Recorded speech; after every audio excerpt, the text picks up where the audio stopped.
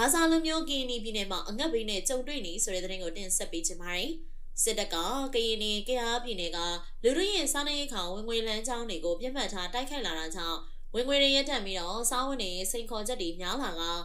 ရှေ့ဆက်ပြီးတော့အငတ်ဘေးကြုံတွေ့လာနိုင်တယ်လို့ကရင်လူခွင့်ရေးဖွဲ့ KNHRG ကဆိုပါတယ်။ဒီနေ့ဩဂုတ်လနဲ့စက်တင်ဘာလအတွက်ထုတ်ပြန်တဲ့ KNHRG ရဲ့စီရင်ခံစာမှာဖော်ပြထားတာဖြစ်ပါတယ်။စစ်တပ်ကကရင်ပြည်နယ်ထဲမှာရွေးကောက်ပွဲလုပ်ဖို့စစ်ကြောင်းထိုးမှုတွေတိုးလာတဲ့အတွက်ဇူလိုင်နဲ့ဩဂုတ်လအတွင်းကိုရွှေပြောင်းနေရသူ2သိန်းဝန်းကျင်ရှိရလို့ဆိုပါတယ်။ရွှေပြောင်းရသူတွေအတွက်စားနပ်ရိက္ခာအမိုးအကာလွှဲချက်တွေလည်းမြင့်မားနေတာဖြစ်ပါတယ်။မိသားစုမှာထမင်းတနန်လျှော့စားတာကြားပါပြီလို့ KNI စစ်ဆောင်တို့က BBC ကိုပြောပါတယ်။စစ်ကောင်စီက KNI ပြည်နယ်ကိုကုန်စည်စီးဆင်းရာလမ်းကြောင်းတွေကိုလည်းပိတ်ဆို့ထားပြီးတခုတည်းသာကျန်တဲ့တောင်ကိုပါလမ်းကိုမကြာခဏပိတ်ဆို့တာတွေလုပ်နေပါတယ်။ KNI ပြည်နယ်ကစစ်ဆောင်ရင်းနဲ့ပညာရေးတွေအတွက်ကုန်နေတဲ့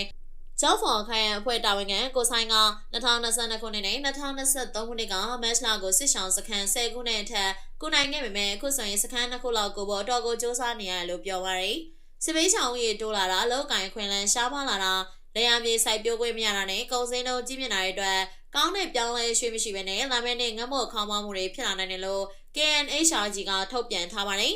မိုးရာသီမှာကရင်ပြည်နယ်တွင်လမ်းမဆက်သွယ်ရေးခက်ခဲတွေကြောင့်လစဉ်တက်နေကြကုန်စည်နှုန်းတွေလည်းပိုပြီးတော့မြင့်တက်လာနေရလို့ဒေသမှာနေထိုင်သူတချို့က BBC ကိုပြောပါရယ်ဆက်လက်တင်ဆက်ပေးခြင်းတဲ့သတင်းကြောင်းကတော့တီဘော်နီလေချောင်းဘုံကျဲခံရဆိုတဲ့သတင်းကိုတင်ဆက်ပေးခြင်းပါတယ်ရှမ်းမြောက်တီဘော်မြို့နယ်ကစစ်တပ်ကအော်တိုဘာလ4ရက်မနက်9:49မိနစ်မှာ Jet Fighter နဲ့လေချောင်းပုံထက်ကျဲသွားလို့တောင် PSL TNL ကထုတ်ပြန်ပါတယ်တီဘော်မြို့နယ်4မိုင်ဝန်းကျင်အကွာက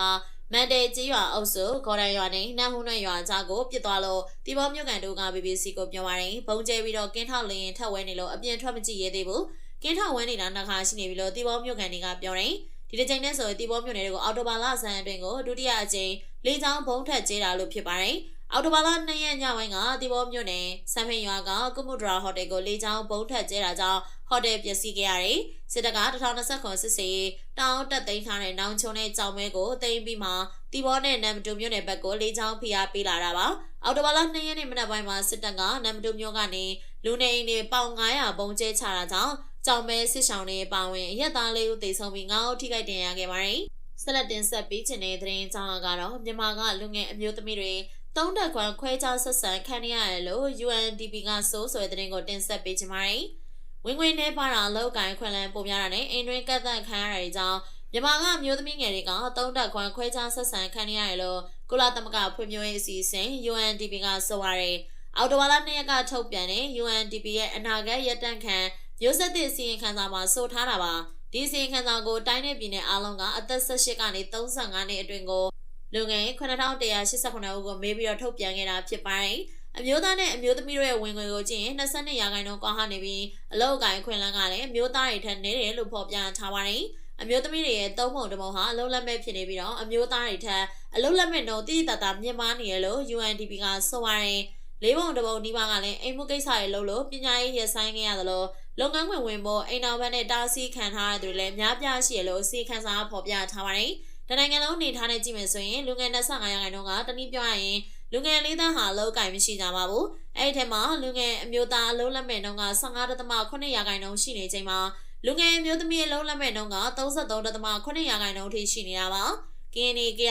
ခိုင်ပြည်နယ်တွေကလူငယ်အမျိုးသမီးထက်ဝက်ကျော်ဟာအလုပ်လက်မဲ့ဖြစ်နေကြတယ်လို့အစီရင်ခံစာကတွေ့ရှိထားတာပါပညာမသင်ရအလုပ်ကိုင်မရှိတင်တန်းရယူနိုင်ခြင်းမရှိတဲ့အခြေအနေကိုလည်းမျိုးသမီးတွေက3.5 ဆဖြစ်နိုင်ခြေပိုများနေပြီးမတန်ဆွမ်းသူတွေကတခြားသူတွေတက်2ဆပို့ပြီးတော့ရင်ဆိုင်ရနိုင်ခြေရှိပါတယ်ဗီဒီယိုလေးကိုစောအောင်ကြည့်ပြီးတော့ကျေးဇူးထူပဲတင်ရှိပါတယ်နောက်ရက်ဒီမှာလည်းဒီထက်ပို့ပြီးတော့စိတ်ဝင်စားဖွယ်ကောင်းတဲ့သတင်းအကြောင်းအရာမျိုးစုံနဲ့ပြန်လာခဲ့ပါအောင်ရှင်